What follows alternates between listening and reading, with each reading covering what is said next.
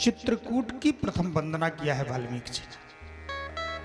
पहली वंदना चित्रकूट की किया, जिस भूमि पर वाल्मीकि जी को कृपा दर्शन हुआ है। यही भूमि है जो साक्षात तुलसीदास जी को राम जी का दर्शन हुआ है, और यही भूमि है जो श्री वाल्मीकि जी को भी साक्षात राम जी का दर्शन हुआ है, इसी भूमि पर।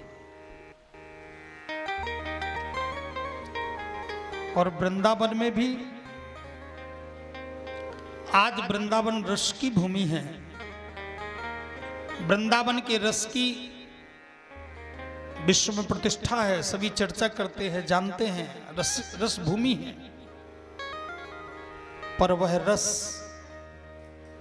गोपिकाओं के द्वारा जो भगवान श्याम सुंदर के द्वारा महारास हुआ है, वो गोपी और कोई नहीं थी, और कोई गोपी नहीं थी।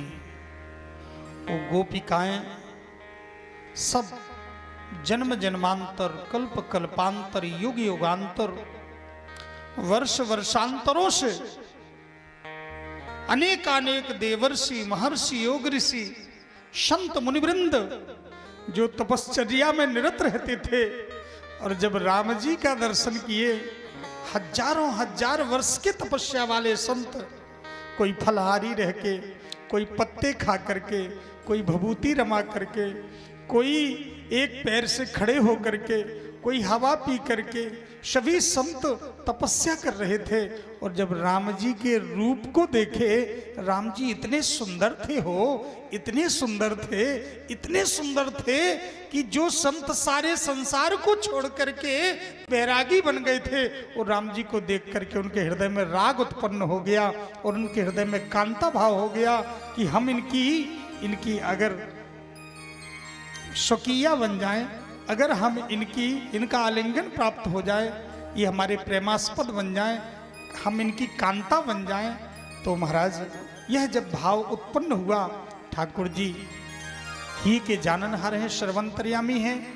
भगवान श्याम सुंदर ने कहा, जिन जिन संतों के मन में कांता भाव उत्पन्न हुआ है, वो सभी इस अवतार में तो मैं मर्यादा पुरुषोत्तम हूँ, इस अवतार में मर्यादा को उल्लंघन नहीं कर सकता हूँ, लेकिन इस अवतार की भावना को अगले अवतार में मैं पूर्ण करूंगा।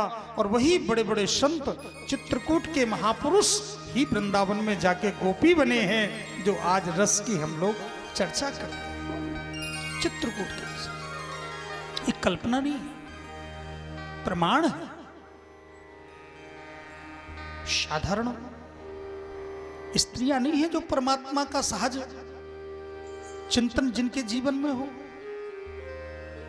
जिन गोपिकाओं ने कोई साधना नहीं करी अपने जीवन में, उन्होंने माला लेके जप नहीं किया, उन्होंने कोई व्रत नहीं किया, उन्होंने कोई साधना नहीं करी, लेकिन कैसे उनका हृदय, कैसे उनका मन इतना पवित्र है, क्योंकि एक जन्म के साधन से कुछ नहीं होता है, जन्म जन्मांतरों की साधना उनके जीवन में समाहित है। उनका मन, उनका हृदय तो पूर्व जन्म से ही पवित्र है, केवल ठाकुर जी की लीला के लिए उपस्थित है। वही संत, वही महापुरुष गोपी बन के वृंदावन में रस परोसे भगवान के साथ महाराज की हैं गोपिकाएं। उन्हीं संतों की यह भूमि है। चित्रकूट का वृंदावन का तो बड़ा गाढ़ा संबंध है, या यूं कह दें कि वृंदावन ही चित्रकूट से ही वृंदावन बना है। अगर चित्रकूट ना होता तो वृंदावन भी ना होता, यूं कह दे तो अतिशयोक्ति नहीं होगी। क्यों? क्योंकि चंद्रवंश में भगवान श्री कृष्ण हुए हैं, और चंद्रमा का अवतार यही चित्रकूट धाम का ही है। चित्रकूट धाम से ही चंद्रवंश चला है, इसलिए चंद्रवंश के माध्यम से ही तो ठाकुर जी आए हैं।